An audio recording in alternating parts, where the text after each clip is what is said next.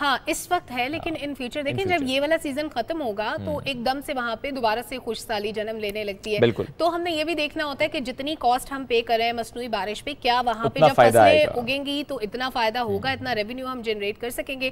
تو China basically اسی model کو اڈاپٹ کر رہے ہیں. وہاں پہ شدید گرمی کی وجہ سے فصلیں مرجھا گئی تھی، لوگ پریشان تھے، آبی ذخائر معمول کی سطح سے آدھے رہ گئے تھے، تو اس کے بعد ہزاروں ہیکٹر رقبے پر جو کھڑی فصلیں تھیں ان کو سیراب کرنے کے لیے چائنا نے فیصلہ کیا کہ مصنوعی بارش ہونی چاہیے، اور ابھی وہ یہ کرنے جا رہے ہیں. پاکستان جیسے میں نے بتایا کہ پہلے یہ کر چکا ہے. بالکل سے نہیں، ہم نے پلان کیا بھی، ہم نے بارش تو کرنی ہے نا، ذرا وہ پلان ہے ابھی، لیکن وہ پلان مطلب اپنی ایک مکمل شکل میں ہے، ہم جب چاہیں گے اس کو ایگزیکیوٹ کر لیں گے. وہ ظاہر ہے ابھی بارشیں اتنی زیادہ ہو گئی کہ ضرورت بھی نہیں ہے، لیکن ظاہر ہے اس میں پورے ایک آپ کی ریسرچ کے ساتھ ساتھ آپ کو ظاہر ہے انفراسٹرکچر ڈیولپ کرنا ہے، پھر آپ کو وہ کرنا ہے، تو جس میں تھوڑا وقت ضرور لگ رہا ہے، لیکن انشاءاللہ ہم کر پائیں. اچھی بات ہے کہ جو ترقی یافتہ ممالک میں چیزیں ہو رہی ہیں وہ الحمدللہ پاکستان میں بھی آہستہ آہستہ جو ہے وہ آ رہی ہیں. چائنا بھی ابھی کرے گا تو ہم نے بھی ابھی کرنا ہے، لیکن ہم آلریڈی وہ پلان کر چکے ہیں، پائپ لائن میں اس کی اسٹیمیشن وغیرہ مکمل ہو چکی ہے. جب ہمیں ضرورت ہوگی تو ہم بالکل کر لیں گے. چلیں جی بڑھتے ہیں آگے، آپ کو لے کر چلتے ہیں لنڈن.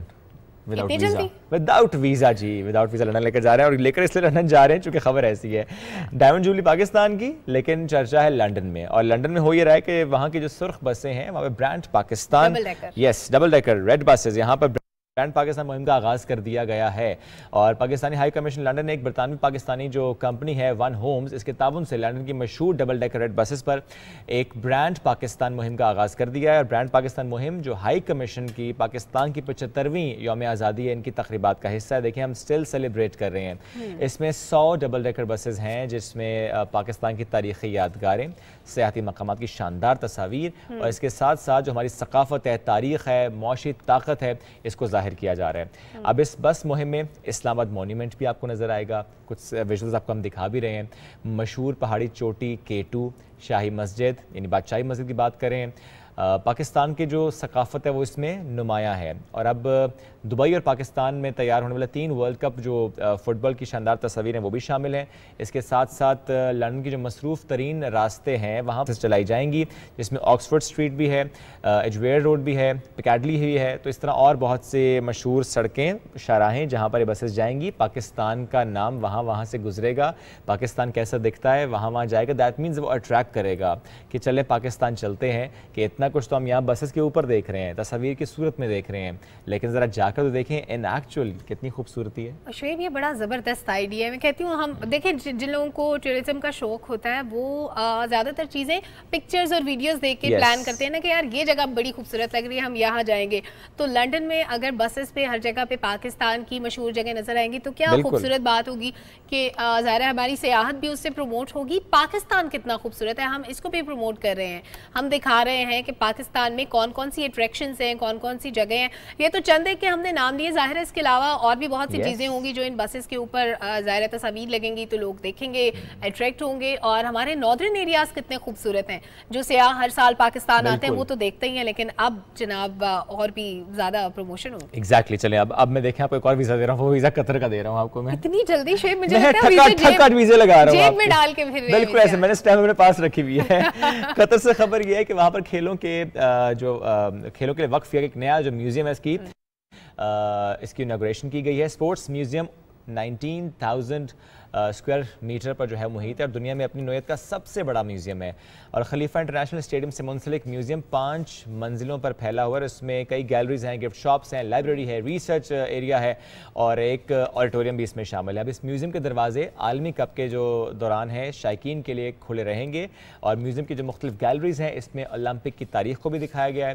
اور برازیل کے فٹ بالر جو ہیں اگر ان کی بات کریں یا سوئٹزرلینڈ کی بات کریں یعنی پلیئرز کی بات کریں، اس میں راجر فیڈرر بھی ہیں، اس میں اور لیجنڈز بھی ہیں. ان کے اشیاء بھی موجود ہیں. ان کی کہنا چاہیے کہ یادیں کہہ لیں یا ان کے سے جڑی کچھ چیزیں، تاکہ جو ان کو فالو کرتے ہیں، جو ان کو بہت زیادہ فالو کرتے ہیں، وہ جب آ کے دیکھیں گے تو اور زیادہ خوش بھی ہوتے ہیں. اور اس میں عجائب گھر میں جو ہے وہ ٹورنامنٹ کے لیے خصوصی نمائش جو ہے وہ بھی ہوگی. 6 مہینے تک وہ جاری رہے گی. 6 مہینے تک جاری رہے گی. اور اس کا آغاز جو ہے وہ 20 نومبر سے ہونے جا رہا ہے. شعیب قطر ایکواڈور کے درمیان جو ہے افتتاحی تقریب کے بعد پہلا میچ ہوگا. تو جو فٹ بال کے شوقین لوگ ہیں وہ ضرور جائیں، ضرور اس کو دیکھیں. بالکل ایسے. چلیں جی بڑھتے ہیں آگے. اور اب ہمارے سب سے اچھی خبر، اب ہمیں سعودی عرب کا ویزا ملنے والا ہے. اب صرف ہمیں نہیں، چلے دیکھیں ہمیں تو سعودی عرب کا ویزا پہلے بھی مل رہا تھا. میں یہ خبر ان کے لیے دے رہا ہوں جن کا ویزا پہلے نہیں مل رہا تھا. حج میں آپ سب کو یاد ہے کہ 65 ایئرز سے جو زیادہ عمر کے لوگ تھے ان کو ویزا نہیں ایشو کیا گیا، اور بہت سے ایسے ہمارے بزرگ جن کی خواہش تھی کہ حج پہ جائیں، اکثر ایسا بھی دیکھا گیا، ظاہر ہے جمع پونجی ہوتی ہے ان کی، وہ کوشش کرتے ہیں کہ جب پیسے مکمل ہو جائیں ان کے پاس تو پھر وہ حج کے لیے اپلائی کریں، لیکن اس بار ایسا ہوا کہ 65 ایئرس پلس کو الاؤ نہیں کیا گیا، جو بھی باہر سے آ رہے تھے، اپنے اگر ان کے تھے تو ان کو الاؤ کیا گیا، بٹ باہر والوں کو الاؤ نہیں کیا گیا۔ تو اب یہ ہے کہ سعودی عرب کی وزارت حج اور عمرہ نے یہ اعلان کیا ہے کہ حجاج فیس اور دیگر اخراجات کی جو ادائیگی ہے، ایک تو یہ اچھی خبر جو میں آپ دینے لگا آپ کو، یہ کہ یکمشت ادائیگی کے بجائے 2 اقساط میں کر سکتے ہیں۔ اب سعودی میڈیا کے مطابق جو بزرگ شہری ہیں ان کے لیے بڑی خوشخبری ہے کہ 65 ایئرز سے زیادہ جو عمر ہے ان کے حجاج کرام کے لیے مختص کوٹا جب 25% کیا جا رہا ہے، اور اس کے ساتھ ساتھ ایک اکانومی پیکج بھی متعارف کرایا جا رہا ہے تاکہ اگر کسی کی آمدنی کم ہے، کوئی افورڈ نہیں کر سکتا اس طریقے سے، تو وہ بھی اس کی سعادت حاصل کر سکے۔ تو یعنی یہ بڑا اچھا ہو گیا کہ پہلے ظاہر ہے کوٹا بھی اس طرح سے نہیں تھا، کوٹا مختص کر دے گا 25%۔ اور شعیب میں کہتی ہوں کتنی بڑی سعادت کی بات ہوگی ان خوش نصیبوں کے لیے جو پہلے سوچیں کمیٹیاں ڈالتے تھے، سالوں تک پیسے جمع کرتے تھے کہ ہم نے اللہ کے گھر کی زیارت کے لیے جانا ہے، ہم نے اللہ کے گھر جانا ہے، حج کرنے جانا ہے، عمرہ کرنے کے لیے جانا ہے، کبھی پیسے نہیں جمع ہو پاتے تھے، کوئی نہ کوئی مشکل آڑے آ جاتی تھی، لیکن کتنی آسانی گورنمنٹ نے کر دی ہے کہ اب آپ 2 اقساط میں وہ پیسے دے سکتے ہیں۔ یعنی اگر آپ کو لیٹ سپوز ایک رف ایسٹیمیٹ دے رہی ہوں کہ اگر آپ کو 6 لاکھ دینے تھے تو 3 لاکھ آپ پہلے دیں گے اور 3 لاکھ بعد میں دے دیں گے۔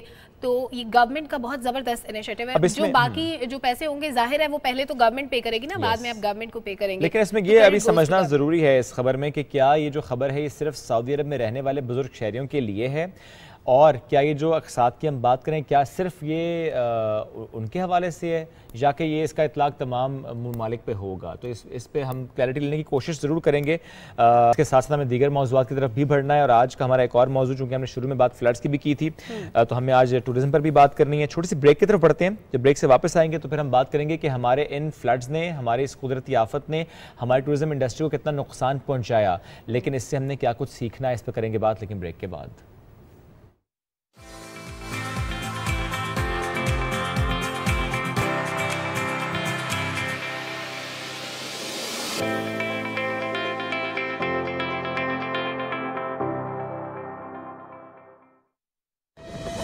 حالیہ بارشوں نے ملک میں 30 سالہ ریکارڈ توڑ دیا ہے اور اب تک لاکھوں افراد سیلاب سے متاثر ہو چکے ہیں۔ یہ معصوم بچے، یہ بے بس بہنیں، یہ بھائی اور یہ بزرگ آپ کی فراخ دلانہ امداد کے منتظر ہیں۔ وزیر اعظم پاکستان محمد شہباز شریف کے سیلاب زدگان کے لیے مالی امداد کی اپیل۔ آپ بھی اسپیشل اکاؤنٹ G12164 میں دل کھول کر امداد دیں اور اپنے ہم وطنوں کے زخموں پر مرہم رکھیں۔ بیرون ملک مقیم Pakistani wire transfer, money service bureau, money transfer operators اور ایکسچینج ہاؤسز کے ذریعے عطیات بھجوا سکتے ہیں۔ اندرون ملک کمرشل بینکوں میں بھی نقد عطیات جمع کروائے جا سکتے ہیں۔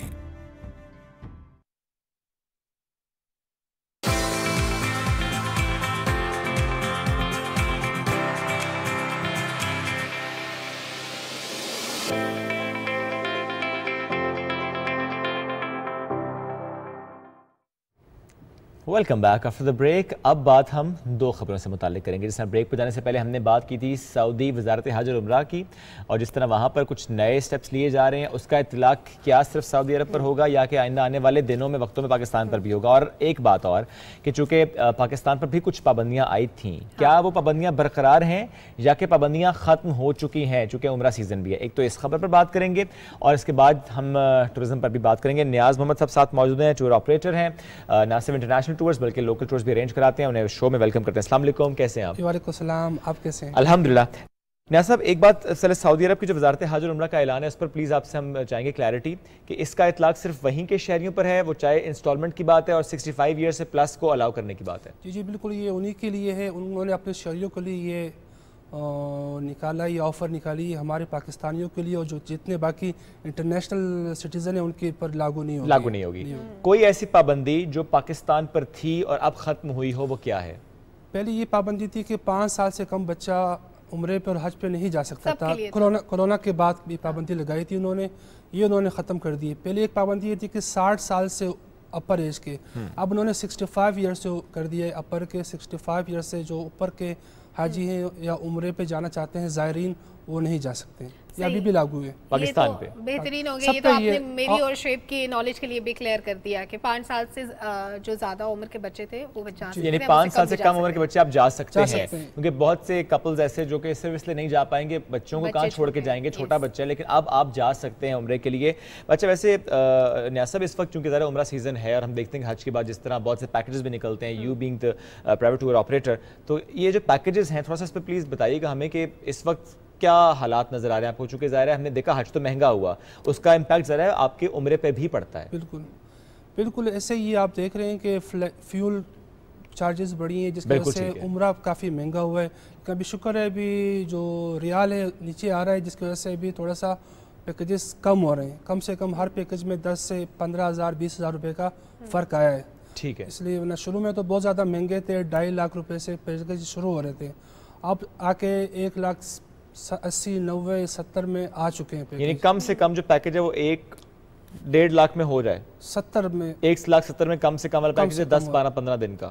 اچھا شعیب آپ فٹافٹ ویزے پہ پہنچ جاتے ہیں، اب ذرا واپس آتے ہیں پاکستان کے اندر، آپ مجھے ٹھیک ہے جی اب لگائیں گے visit to Gilgit, visit to Skardu, visit to Hunza, visit to Naran. 3 ویزے تو آپ نے میرے پچھلی 3 خبروں میں لگوا دیے تھے، اب ذرا پاکستان کی بات کرتے ہیں۔ نیاز صاحب سعودی عرب کی بات ہوگی، اب بتائیں ذرا کہ ہمارے جو ناردرن ایریاز ہیں، جو اگر ہم بہت سے علاقوں کی بات کریں وہاں پہ اس وقت فلڈ کی سچویشن ہے، وہ لوگ جو ٹورزم کا شوق رکھتے ہیں یا جاتے ہیں، ان حالات میں کیا ان کو ٹرپ پلان کرنا چاہیے، سوات کا، ناران کا، خان کا؟ ابھی میں خود کل رات کو ہی پہنچا ہوں، ہنزا بھی گیا تھا، اسکردو بھی گیا تھا، ناران بھی گیا تھا، اب کچھ غلط انفارمیشن بھی ہے وہاں پر، کچھ بھی ایسی سچویشن نہیں ہے، صرف سوات کے علاوہ، سوات میں ہے وہ بھی کل ہوا ہے وہاں پہ، ہاں سوات وہ بھی کل ہوا ہے، باقی ناران اسکردو وغیرہ میں روٹین کی بارشیں وہاں ہوتی ہیں، وہاں ڈیلی بیسس پہ بارشیں ہوتی ہیں، وہ یوز ٹو ہے، وہاں فلڈ نہیں ہے، فلڈ کچھ بھی نہیں ہے وہاں پر، لیکن لوگوں نے اتنی زیادہ مس انفارمیشن غلط معلومات کر دی ہے کہ لوگ آنے سے ڈرتے ہیں۔ مجھے بھی وزٹ کروایا وہاں پر لوکل ٹور آپریٹر نے ناران میں، تو ہوٹل سارے خالی پڑے ہوئے ہیں، اور اس وجہ سے نیاز صاحب چونکہ ظاہر دیکھیں ان حالات کی وجہ سے، اور آپ نے جو کہا مس انفارمیشن، اب چونکہ ہم ان علاقوں کی بات کریں جن کا روزگار ٹورزم سے جڑا ہے، اگر ٹورسٹ نہیں جائیں گے تو پھر زیادہ مسئلہ وہاں پر ہو جائے گا۔ بالکل، انہوں نے مجھے یہ دکھایا کہ ابھی کرونا کے 2 سال ہم پہلے ہی بڑے پریشان تھے، یہ پہلا سیزن تھا جس پہ کوئی بھی پروٹوکول نہیں لگ رہے تھے، بغیر پروٹوکول کے سب لوگ آ رہے تھے جا رہے تھے، کوئی لیمٹ نہیں تھی، لیکن اب دوبارہ ایسا حالات پیدا کر دیے کہ ہم پھر، کیونکہ آپ کو پتہ ہے کرونا کی وجہ سے 2 جو انڈسٹری بہت زیادہ متاثر ہوئی ہے، ایک ایئر لائن کی اور ایک ہوٹلز کی، اب مجبوری یہ ہے کہ ہوٹل والے بیچارے دوبارہ پریشان ہو رہے ہیں، ایئر لائن نے تو دوبارہ اپنا وہ جو کسر ہے وہ نکال دیے ہیں کہ فیئر آپ کو پتہ ہے کہ 25,000 سے اوپر کر دیے ہیں، لیکن جب ہوٹل والے ہیں وہ پریشان ہیں، اور پریشانی کا ایک وجہ یہ ایئر لائن بھی ہے کہ انہوں نے اتنے فیئر بڑھا دیے کہ ایک بندہ اگر کراچی سے آتا ہے اسکردو تو 70,000 روپے کا ٹکٹ لے گا، کراچی سے اسکردو 70,000 ریٹرن ٹکٹ، تو اس سے اچھا ہے کہ وہ کہتے ہیں میں ترکی کیوں نہ جاؤں، ترکی کی 60-65,000 کی ٹکٹ ہے، دبئی 50۔ آپ نے بتایا کہ ناران کاغان میں روٹین کی بارشیں ہیں، اور دوسرا فیکٹر یہ فیئرز بھی ہیں، اگر آپ باقی ایریاز کی بھی سچویشن کلیئر کر دیں کہ کون سے ایسے علاقے ہیں جہاں پہ اس وقت سیلاب نہیں ہے، اگر کوئی ٹرپ پلان کرنا چاہتا ہے تو وہ ان علاقوں کا کر سکتا ہے؟ ہنزا، اسکردو، ناران، یہ جو پوری پٹی ہے یہ بالکل سیف ہے، ہاں احتیاط کرنی چاہیے، میں یہ کہتا ہوں کہ گائیڈڈ ٹور ہونے چاہیے، گائیڈڈ ٹور ہونے چاہیے، ہمارے ساتھ بھی بالکل مسئلے مسائل تو ہوتے ہیں کیونکہ پہاڑی علاقہ ہے، جب بارش ہوتی ہے تو ملبہ نیچے سڑکوں پہ آتا ہے، اس میں آپ کو ایکسپرٹ کی ضرورت ہونی چاہیے، گائیڈڈ ٹور یہ نہیں ہوتے کہ اس کا فائدہ یہ ہوتا ہے کہ اس کو معلوم ہوتا ہے کہ اس کی حالات کیا ہیں، جیسے ہم جب اسکردو سے آ رہے تھے ہنزا کی طرف تو بارشیں ہو رہی تھی، تو جب بارشیں ہوتی ہے تو لینڈ سلائڈنگ ہوتی ہے، تو ٹریولنگ نہیں کرنی چاہیے، ہم نے سائڈ پہ جا کے جہاں پر پہاڑ نہیں تھے وہاں کھڑے ہو گئے، 1 گھنٹہ ہم نے انتظار کیا، جیسے ہی بارش رکی ہم نے سفر شروع کر دیا۔ باقی لوگ ایسے ہوتے ہیں کہ ان کو پتہ نہیں ہوتا کہ یہاں کے جو ڈائنامکس کیا ہے، یہاں کے حالات کیا ہیں۔ یہ بہت امپورٹنٹ پوائنٹ ہے کہ ظاہر جب ایک گائیڈڈ ٹور آپ کا ہوتا ہے تو اس میں ظاہر آپ کانٹیکٹ میں ہوتے ہیں وہاں پہ لوکلز کے ساتھ بھی، آپ کو معلوم ہوتا ہے کب کہاں ٹریول کرنا ہے، کتنی دیر ٹریول کرنا ہے، کس سلاٹ میں ٹریول کرنا ہے، لیکن جب ہم دیکھتے ہیں نا کہ بس دوست یا 4 نکلے گاڑی میں اور آپ نے کہا جی ہم جا رہے ہیں آج ادھر، اور پھر آپ کہتے ہیں ہمیں نہیں پتہ ہم نے کہاں جانا ہے، بس یہاں سے یہاں نکل جائیں گے، وہاں سے وہاں نکل جائیں گے، پتہ ہی کچھ نہیں ہے، رات کا دن کا اوقات کا بس نکل گئے، پھر جب لینڈ سلائڈنگ ہو یا بارش ہو یا ایسا کوئی معاملہ آپ کا وہاں پھنس جانا، پھر گھر والوں کی ہوتی ہے پریشانی۔ میں جب ٹور لے کے آیا ہوا تھا، تقریباً 40 لوگ تھے، جب ہم اسلام آباد پہنچے ہمارے پاس تھی کہ بھائی ناران نہیں جائے، ان کے فونیں آ رہی کہ ناران بند ہو گیا، یہ بند ہو گیا، کہ ہمارے ہر جگہ ہمارے وینڈرز ہوتے ہیں، ہمیں پتہ ہوتا ہے کہ کون سا راستہ بند ہے، کون سا کھلا ہوا ہے۔ بالکل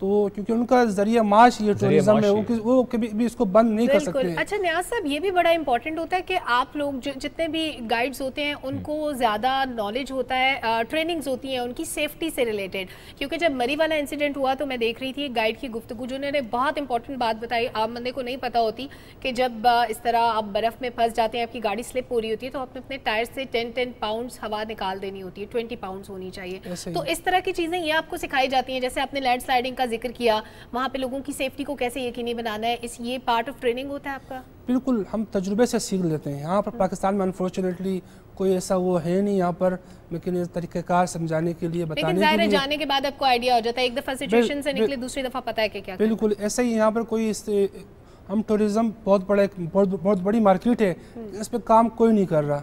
میں نے خود جب پی ایچ ڈی کا شروع کی تو یہاں پر کوئی ایسی یونیورسٹی نہیں تھی جو پی ایچ ڈی ٹورزم صرف ہوٹلنگ میں کرا رہی تھی, ٹورزم میں کوئی نہیں کرا رہی تھی. اور آپ ٹورزم پہ پی ایچ ڈی کہاں سے کر رہے ہیں؟ یونیورسٹی آف کوالالمپور سے. اوکے, ماشاء اللہ. صاحب ظاہر دیکھیں ٹورزم پہ آپ پھر اتنا اس سیریسنس کے ساتھ آپ کام کرنا چاہتے ہیں, تو میں ضرور جاننا بھی چاہوں گا آپ سے. آپ نے ایک جملہ استعمال کیا کہ دیکھیں اگر آپ کا کراچی سے اسکردو تک کا بائی ایئر سفر 70,000 میں ہو تو پھر آپ ٹرکی کیوں نہیں جائیں گے جس کا 60-65,000 کا ٹکٹ ہوگا. یعنی آپ دیکھیے ٹرکی کا 60-65,000 کا اور یہاں کا 70 کا, اس کا مطلب ہے جو آپ کے پرائیویٹ اس وقت یعنی پی آئی کی تو ظاہر سرکاری ایئر لائن, لیکن جو باقی ایئر لائنز بھی ہیں لیکن وہاں سے صرف پی آئی جا رہی ہے, تو ان سب کو اس وقت چاہیے کہ ایسے فیئرز اناؤنس کریں تاکہ انٹرنیشنل ٹورسٹ تو آئے لیکن لوکل اس طرف جائے. ابھی ایئر بلو نے شروع کیا ہے ویسے اسلام آباد سے, لیکن یہ ہے کہ جس طرح ملیشیا ماڈل ہے, سنگاپور ماڈل ہے, ترکی ماڈل, وہاں بجٹ ایئر لائنز ہے. آپ جو کوالالمپور جاتا ہے وہ 10,000 میں لنکاوی جا سکتا ہے. بالکل. جو بینکاک جاتا ہے, تھائی لینڈ بینکاک, تو وہ 12,000 میں فکر جا سکتا ہے. اگر آپ استنبول جائیں گے تو 10-12,000 ریٹرن ٹکٹ کی بتا رہا ہوں میں, آپ انکارا جا سکتے ہیں, کپڈوکیا جا سکتے ہیں, انطالیہ جا سکتے ہیں, لیکن یہاں پر آپ دیکھیں اتنا زیادہ مہنگا کر دیا ہے. تو اس کے لیے سب سے اہم جو چیز ہے بجٹ ایئر لائن ہے, ان کو فوری آنا چاہیے. بالکل ٹھیک ہے, ان کو لائسنس دینا چاہیے. اگر یہ آئیں گے تو ہمارا ٹورزم بوسٹ کرے گا اور چارجز کاسٹ بھی کم ہوگی, لوگ بھی آئیں گے. ابھی 4 ایئر لائن ہیں. ابھی آپ حیرت کی بات یہ ہے کہ میں اسلام آباد جانا چاہ رہا تھا کراچی, تو شام 9 بجے سے صبح 8 بجے تک کوئی فلائٹ ہی نہیں ہے. 8-10 گھنٹے میں کوئی فلائٹ نہیں کراچی کے لیے یا لاہور سے کراچی کے لیے. بیکاز آف ویدر نہیں, یا فلائٹس ہی کم ہے. فلائٹس ہی کم ہے. اوکے. اور اتنا ہب ہے, اتنی ٹورزم کا یہ, یعنی اتنے لوگ جانا چاہتے ہیں پر ہمارے پاس ایئر کرافٹس نہیں ہیں, فلائٹس نہیں ہیں, تو وسائل بڑھانے چاہیے. ایک بات اور بھی, تو ذرا ہم بات کر رہے ہیں ایئر فیئر کی اور ہم بات کریں فلائٹس کی. ایٹ دا سیم ٹائم چونکہ ذرا آپ یہاں سے تو پھر بائی روڈ آپ گئے ہنزا تک, اسکردو تک گئے, تو وہاں پر راستے ذرا جتنے ہم سمجھ پائیں راستہ تو ایک بڑا اچھا راستہ ہے, روڈ اچھی ہے, جانا آسان ہے, لیکن قدرتی آفات کی جب ہم بات کرتے ہیں اور آئندہ آنے والے سالوں کی میں ہم دیکھتے ہیں کہ ذرا قدرتی آفت سے انفراسٹرکچر تباہ ہوتا ہے. اگر ہمیں انٹرنیشنل ٹورسٹ کو اٹریکٹ کرنا ہے تو ہمیں انفراسٹرکچر پہ انویسٹ کرنا ہے. اس کے حوالے سے آپ نے وہاں لوکل کمیونٹی میں کیا دیکھا؟ بیکاز ناران کے حوالے سے میں یہ کہہ سکتا ہوں کہ وہاں کے جو لوکل کمیونٹی ہے انہوں نے تو بہت زیادہ اس میں پیسہ لگایا اپنے ہوٹلز پہ کہ زیادہ لوگ آئیں, وہ اکوموڈیٹ کر سکیں, ان کو اچھے ہوٹلز بنائے ہیں. لیکن we need more such places جہاں پر اسی طرح کی انویسٹمنٹ ہو, انفراسٹرکچر ڈیولپ ہو, کمیونیکیشنز ہو, روڈ نیٹ ورکس ہو, تاکہ جانا پہنچنا رہنا کھانا آسان ہو. بالکل. میں تو تقریباً 15 سال سے جا رہا ہوں. جو سب سے ایکسیس مشکل ہے, کمیونیکیشن مشکل ہے. اب ایک بندہ ناران جاتا ہے, وہ صرف ناران نہیں جاتا, وہ سریپائی صرف الملک بھی جاتا ہے, شوگران سے اوپر سریپائی بھی جائے گا. اب وہاں روڈز نہیں ہیں, آپ گاڑیوں میں نہیں جا سکتے, آپ نے مجبوراً جیپیں لینی پڑے گی. میں نے ان سے پوچھا کہ یہ روڈ کیوں نہیں بنتے, کہ یہ مونوپلی ہے جیپوں والوں کی. اور وہ کتنا فیئر چارج کر لیتے ہیں, ایک جیپ والا کتنے پیسے لے لیتے ہیں؟ ابھی جب ہم تقریباً ابھی وہ مرضی ہے ان کی, کوئی ان پہ وہ نہیں ہے, چکن بینر 6,000 10,000. ابھی جب ہم اسکردو سے دیوسائی گئے تو ہم سے 15,000 اراؤنڈ ایک جیپ کا چارج کیا, جس میں 5 سے. اور یہ بڑا امپورٹنٹ پوائنٹ ہے کہ ظاہر ہے وہ ظاہر ہے جیپ والے جو ہیں وہ اس لیے بھی شاید روڈ نہیں بن دیں گے کہ اگر روڈ بن گئی, گاڑیاں جانا شروع ہو گئی تو پھر ہم کیا کریں گے. تو اس کے لیے ہونا یہ چاہیے کہ ان کے لیے کچھ آلٹرنیٹس ایسے ہونے چاہیے تاکہ روڈ بھی بنے, ان کا روزگار بھی کہیں نہ کہیں سے نہیں شعیب ویسے انہوں نے اگر خودکار روزگار بنا لیا اس میں ادارے کیا کریں, انہوں نے تو روڈ بنانا ہے, تو یہ مونوپلی میرا خیال ہے ختم ہونی چاہیے, ان کے خلاف کریک ڈاؤن ہونا چاہیے.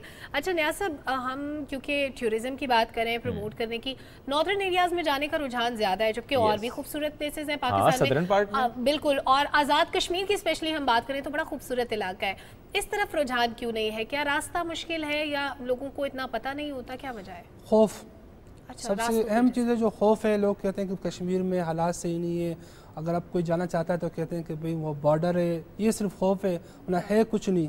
ٹورزم ہب ہے, بہت خوبصورت جگہ ہے, کیل ارنگ کیل بڑی زبردست جگہ ہے, لیکن ایک خوف پیدا کیا ہوا ہے, اس خوف کو حکومت نے ختم کرنا ہوگا. اگر خوف ختم نہیں کریں گے تو پھر یہ خوف ختم کیسے ہوگا؟ کیمپین سے جس طرح یہ کیمپین چلائیں گے, مارکیٹنگ کریں گے, تب جا کے ختم ہوگا. اور زیادہ ٹورسٹ کو لے کر جائیں, فیسیلیٹیٹ کریں. سب سے اہم چیز جو فیسیلیٹیٹ کریں, اگر یہ کیونکہ ہمارا بیسک انفراسٹرکچر ہے وہ صحیح نہیں ہے, اس پہ بڑی کمی ہے, بڑی خامیاں ہیں, اس پہ ایک ٹیم بیٹھنی چاہیے, ریسرچ کرنی چاہیے. دیکھیں ابھی کچھ دیر پہلے آپ بھی سن رہے ہیں کہ ہم نے خبر ایک شیئر کی تھی کہ ڈائمنڈ جوبلی کے موقع پہ لنڈن کی مشہور جو سرخ پس ہے وہاں پہ برانڈ پاکستان کو ہم پروموٹ کر رہے ہیں, وہاں ہم دکھا رہے ہیں ہماری خوبصورتی, لیکن صرف دکھانا مقصود نہیں ہے, اس کو بہتر کرنا بھی بہت اہم ہے. بالکل یہ حقیقت ہے, ہم نے ہر کنٹری کو الگ طریقے سے ٹارگٹ کرنا پڑے گا. کیونکہ اگر میں دیکھ رہا تھا کچھ عرصہ پہلے انہوں نے سوئٹزرلینڈ میں ناران کی تصویریں لگا دی بسوں کے اوپر. اب سوئٹزرلینڈ ہم سے خوبصورت ہے, ان کی جو ٹارگٹ مارکیٹ ہے وہ الگ ہے, ان کو ہم نے الگ طریقے سے ٹارگٹ کرنا پڑے گا. جو ترکی ہے ان کی جو ٹارگٹ مارکیٹ ہے وہ الگ ہے, ان کو ہم نے الگ طریقے سے ٹارگٹ کرنا پڑے گا, کیونکہ ان میں جو چیزیں خوبصورتی ان میں ہے, اگر وہی ہم دکھائیں گے تو فائدہ نہیں ہے نا. جو مڈل ایسٹ ہے یا رشین کنٹریز ہے, ان کی جو ٹارگٹ مارکیٹ ہے وہ الگ ہے, وہ گرم بیچوں میں جانا چاہتے ہیں, جس طرح ہمارے پاس ہے کراچی سے لے کے گوادر تک 700 کلومیٹر پہ بہت خوبصورت بیچز ہیں, ایسی بیچز ہیں کہ وہاں پر کوئی گیا بھی نہیں ہے. لیکن ایسا انہیں بیچز کی جب ہم بات کرتے ہیں تو وہاں پر ریزورٹس کی کمی ہے, ریزورٹ کی کمی ہے, یہ ایک مسئلہ ہے. بیسک چیزیں جو بیسک انفراسٹرکچر ہے وہ بنا دیں. روڈ بن چکی ہے, مکران کوسٹل ہائی وے, جانا پہنچنا آسان لیکن رہنا مشکل ہے. تھوڑا سا اس پہ تھوڑا سا کام کرنے کی ضرورت ہے. اتنے ٹورسٹ آئیں گے, ایڈونچر ٹورزم وہاں اتنا زیادہ ہوگا, باقی جو لیجر ٹورزم میں سارا, کسی زمانے میں کراچی سے چارٹرڈ فلائٹیں چلتی تھی رشین کنٹریز میں, 92-91 تک چارٹرڈ فلائٹیں چلتی تھی کراچی سے رشین کنٹریز, کیونکہ وہ اس وقت صرف تھا ہمارے پاس اوکس بے اور ساحل کراچی کا سی وی ہی تھا. اب تو 700 میٹر پہ ہمارے پاس ایسی بیچ ہے, اب تو گولڈن بیچ بھی ہے, سپت بیچ بھی ہے, کنڈ ملیر بھی ہے اور ماڑا بھی ہے, بہت زبردست صاف ستھری بیچز ہیں. تھوڑے سی کام کرنے کی ضرورت ہے, انفراسٹرکچر صحیح کرنا پڑے گا, ہم نے اپنی ٹارگٹ مارکیٹ جو ہے وہ صحیح کرنی پڑے گی, کہ کس کو کہاں ٹارگٹ کرنا ہے, کیسے ٹارگٹ کرنا ہے, یہ پورا ایک اس کے لیے ایک پلان آنا چاہیے کہ کس ایریا میں کہاں کیا کام کرنے کی ضرورت ہے. اس کے لیے ریسرچر ہونے چاہیے, وہ بیٹھنے چاہیے, وہ ریسرچ کریں کہ کون سے لوگ کہاں جا رہے ہیں, کیوں جا رہے ہیں. ویسٹرن کنٹریز اگر تائی لینڈ جا رہے ہیں تو کیوں جا رہے ہیں, صرف بیچز کے لیے جا رہے ہیں.